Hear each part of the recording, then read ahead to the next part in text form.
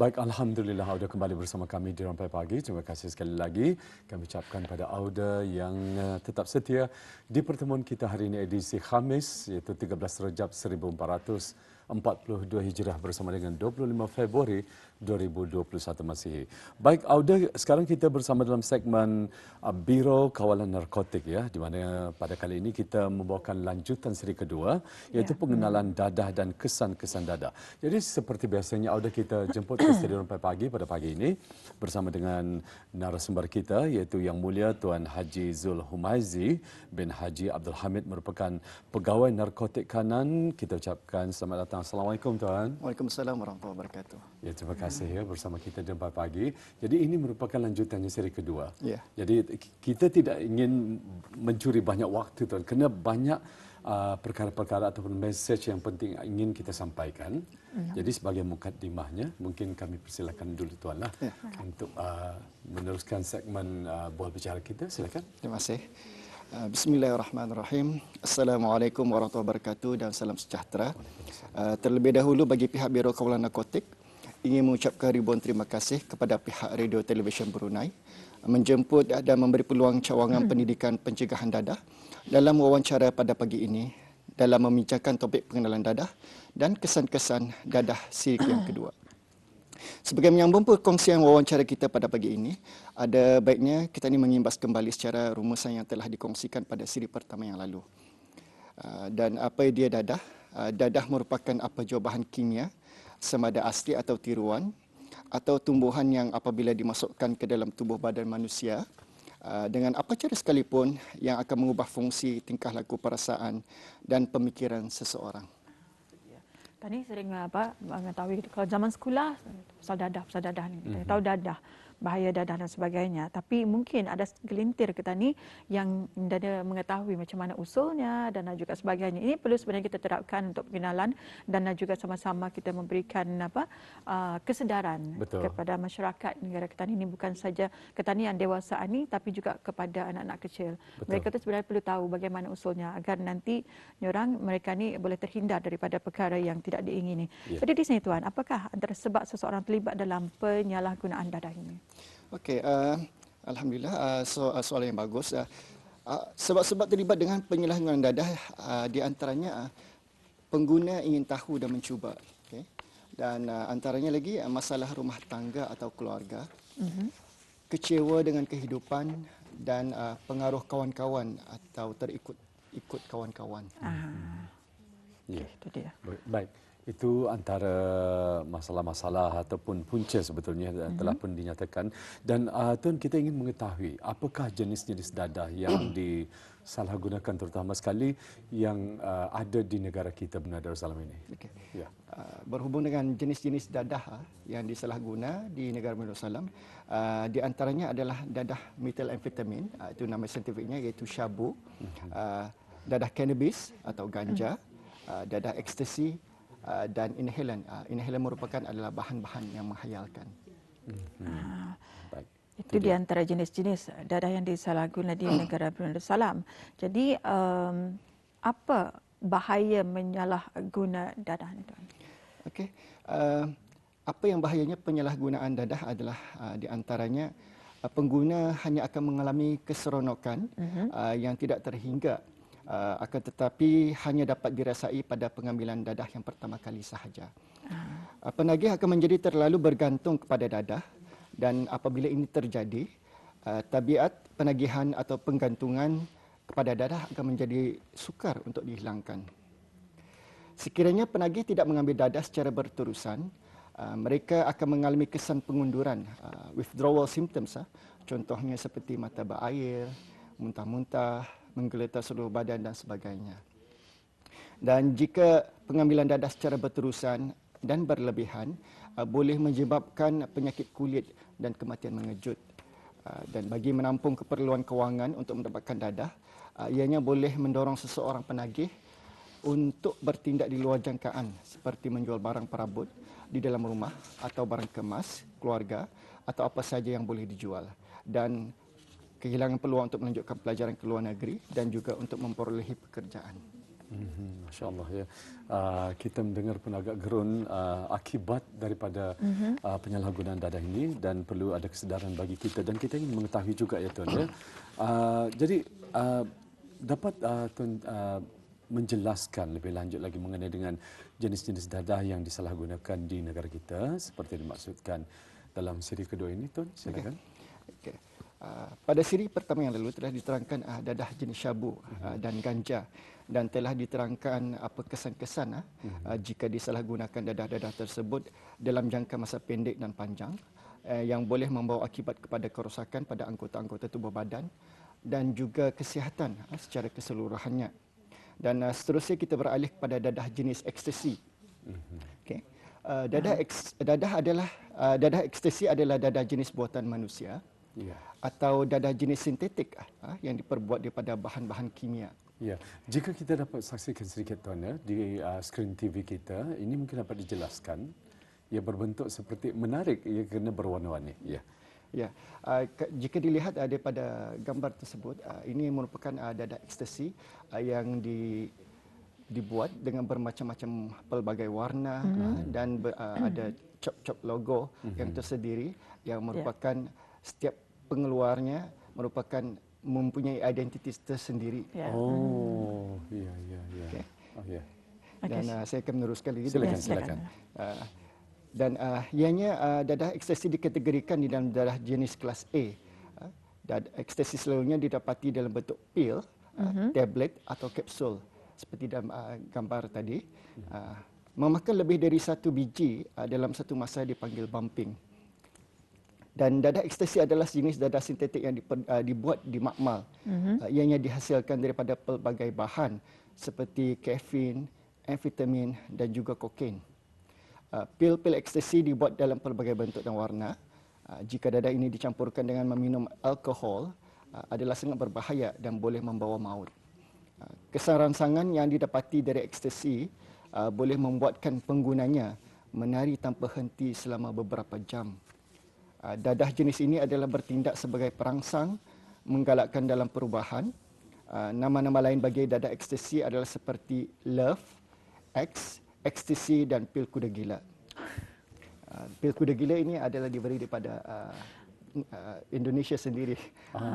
Disebabkan jika pengguna itu mengambil ekstasi bila di kelab malam, kepala akan menggeleng-geleng bila mendengar muzik. Jadi maksudnya pengeluarannya lebih dari negara republik tersebut ya?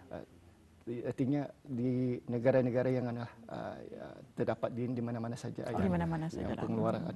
Ya. Okay.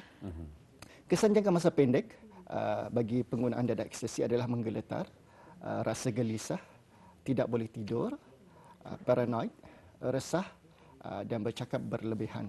Dan kesan jangka masa panjang, penurunan berat badan, penyakit saraf, jarang tidur, hilang selera makan, hilang daya ingatan, strok ataupun mati. Okay. Dan kita ini beralih kepada inhalan, iaitu bahan-bahan yang menghayalkan. Inhalan adalah bermaksud menghidu apa jua jenis bahan-bahan yang menghayalkan.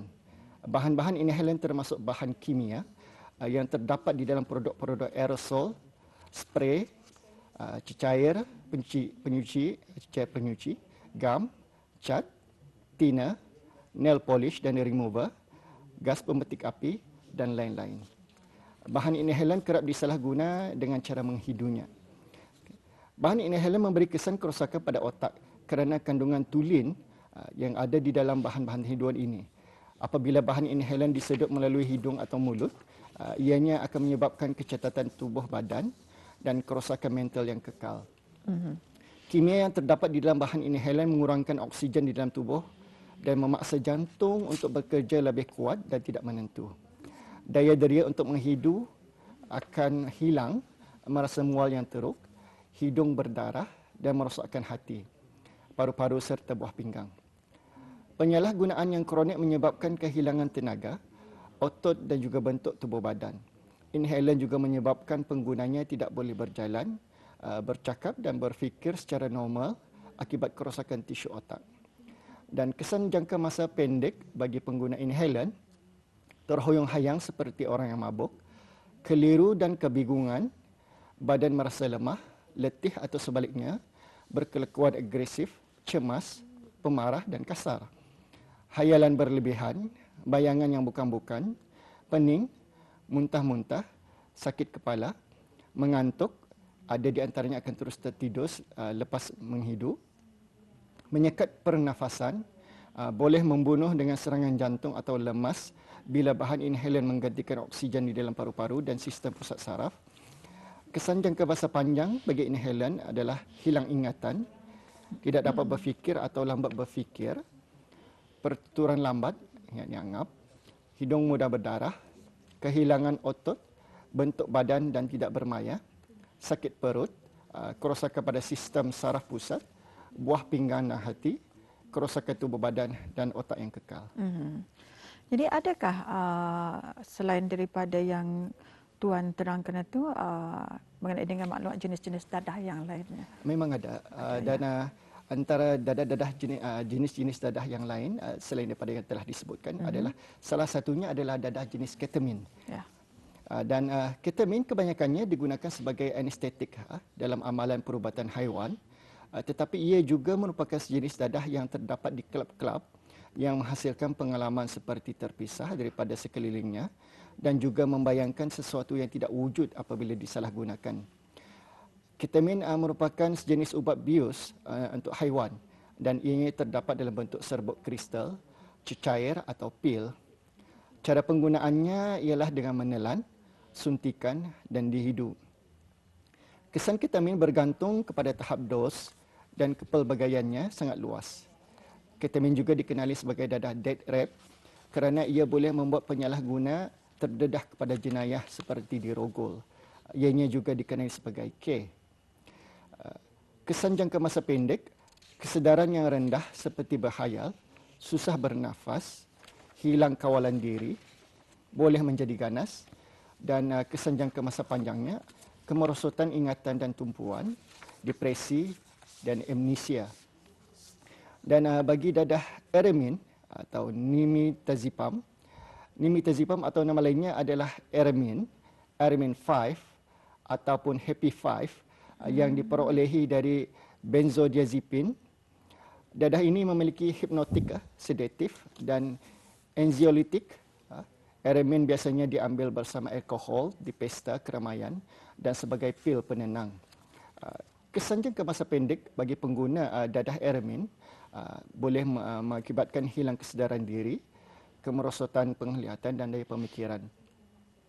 Dan bagi kesan jangka masa panjang, ia boleh mengakibatkan kurang ingatan dan tumpuan dan juga insomnia. Dan dadah yang terakhir akan dikongsikan adalah dadah jenis heroin. Okay. Heroin berasal daripada getah bunga popi yang dikumpulkan dan ianya digelar candu mentah. Dan dari candu mentah, ianya diproses menjadi heroin. Selain daripada nama heroin juga adalah sinonim adalah di hospital adalah morfin.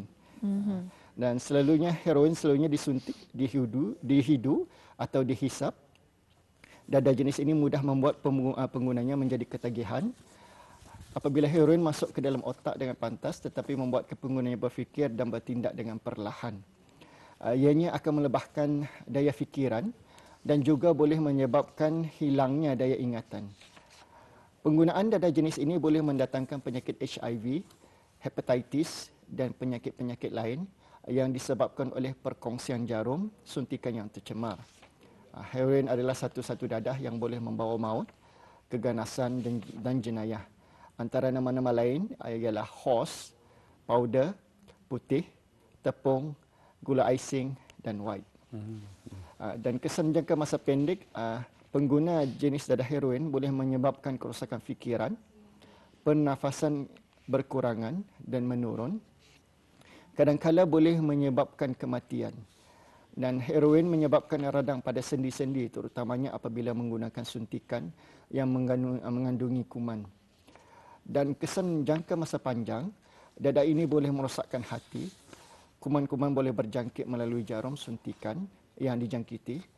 Berkongsi jarum suntikan yang sudah dicemari, kuman, menyebabkan berjangkitnya penyakit HIV, hepatitis B dan C. Okey. kita sudah banyak dijelaskan mengenai dengan jenis-jenis dadah, dan mungkin Tuan boleh menjelaskan mengenai dengan satu tumbuhan ini yang boleh kita paparkan, yang dapat kita saksikan di sini. Ini. Okey. Ini merupakan dadah jenis ganja ataupun cannabis. Dan biasanya daun dadah ganja ini selalunya ia dipanggil jejari, terdapat jejari. Ya. Ia daunnya tidak akan bercantum, ianya mempunyai satu-satu. Satu-satu. Satu-satu. Dan sentiasanya ia tidak akan berangka genap. Biasanya ia akan berangka ganjil. Seperti 3, 5, 7, 9 dan 11. Dalam satu-satu rangkaian itulah. Ya. Jadi adakah tumbuhan ini ada di negara kita? Pada dasarnya memang ada didapati apabila seseorang itu menanam menyeludup biji dadah jenis ganja, dan menanam dadah jenis ganja memang memerlukan penelitian. Ya, bukan saja-saja menanam seperti biasa, seperti biji-biji seperti biasa. Ia memerlukan ada kaedah yang tersendiri dan perlu dipantau sentiasa. Iya. Okey. Jadi di sini apa pandangan Biro Kawal Narkotik mengenai dengan sindiket pengedaran dadah antarabangsa ini? Okey, terima kasih mengenai dengan soalan sindiket dadah antarabangsa. Biro Kawal Narkotik memandang serius mengenai dengan sindiket pengedaran dadah antarabangsa yang mengeksploitasi rakyat negara Brunei Darussalam sebagai alat untuk mengedar dadah bagi pihak mereka, yakni Korea. Dalam sindiket pengedaran dadah antarabangsa yang dikenal pasti di rantau ini adalah berbangsa Afrika Barat, dipercayai dari Nigeria. Kebanyakan mereka yang direkrut adalah dari golongan penduduk rantau Asia, termasuklah rakyat Brunei, dan mereka telah dikenal pasti berpangkalan di Malaysia. Iya. Dan antara yang tawaran gaji yang lumayan diberikan adalah anggota sindiket akan menggunakan pelbagai helah dan taktik, termasuk tawaran kerja dengan gaji yang lumayan untuk memerangkap mangsa. Kebiasaannya mereka bertopengkan syarikat yang sah dan akan menawarkan pekerjaan melalui laman web sembang dan melalui email. Dan sindiket hanya akan menawarkan pekerjaan sebagai kurier, yakni pengantar barang dari satu lokasi ke satu lokasi. Iya. InsyaAllah. Jadi dapat juga dijelaskan adakah terdapat laman web ataupun laman web sembang yang digunakan oleh sindiket ini, Tuan? Ya, memang ada. Pada kebiasaannya sindiket pengedaran dadah antarabangsa akan menggunakan program laman web internet atau laman web sembang. Di antaranya adalah MSN Web Messenger, Skype, ICQ, blog, Twitter, Facebook dan Teget. Dan kemungkinan ada yang beberapa program ini ada memang yang tidak lagi diguna pakai. Iya. Jadi apakah taktik dan tipu helah yang sering digunakan dan apakah cara ataupun taktik yang digunakan? Taktik dan tipu helah yang sering digunakan oleh sindiket pengedaran dadah antarabangsa iaitu memberikan kepada mangsa untuk melancong ke seluruh dunia dengan tambang dan penginapan yang percuma, diberikan gaji atau allowance sehingga $1,000 atau dalam Brunei ringgit 1,500 bagi perjalanan serantau seperti negara China, diberikan gaji atau allowance sehingga $5,000 atau RM10,000 Brunei bagi perjalanan antarabangsa, dan kemudahan lain yang ditawarkan mengikut keperluan sindiket. Ya. Dan kita ingin mengetahui apakah cara ataupun taktik yang digunakan dipanggil modus operandi ya. Okey. Mungkin dapat dijelaskan, silakan. Masih. Di antara modus operandi atau kaedah yang digunakan oleh sindiket dadah antarabangsa adalah seperti berikut. Mengarahkan mangsa untuk membawa beg yang diserahkan kepada mangsa di lapangan terbang. Kandungan beg tersebut tidak dimaklumkan kepada mangsa atau dimaklumkan sebagai ubat-ubatan dan sebagainya. Selain itu, anggota sindiket berkenaan terlebih dahulu akan membuat ruang-ruang tambahan di dalam beg yang mana sukar untuk diketahui tanpa pemeriksaan dan penelitian yang rapi atau jika tidak ada maklumat risikan. Semua anggota sindiket berkenaan atau kurier dimestikan untuk menukar pasport mereka setiap 3 bulan sekali. Ahli sindiket pengedaran dadah antarabangsa ini juga dipercayai mempunyai skena pengimbas objek mengikut maklumat risikan sebelum beg berisi dadah berkenaan dibawa ke lapangan terbang untuk dihantar oleh anggota sindiket berkenaan. Beg tersebut akan terlebih dahulu akan diuji beberapa kali dengan menggunakan skena. Ya, nampaknya kita kesentukan waktu, Tuan ya. Maaf. Jadi walaupun kita ingin mengucapkan jutaan terima kasih atas penjelasannya. InsyaAllah jika ada kesempatan lagi kita akan bersama lagi ya. Tuan, InsyaAllah. ya. Baik, Auda, nampaknya kita hanya dapat menjelaskan setakat itu dulu kerana kita akan menyiarkan berita 9 pagi. Jadi Auda jangan ke mana-mana, terus bersama kami selepas ini.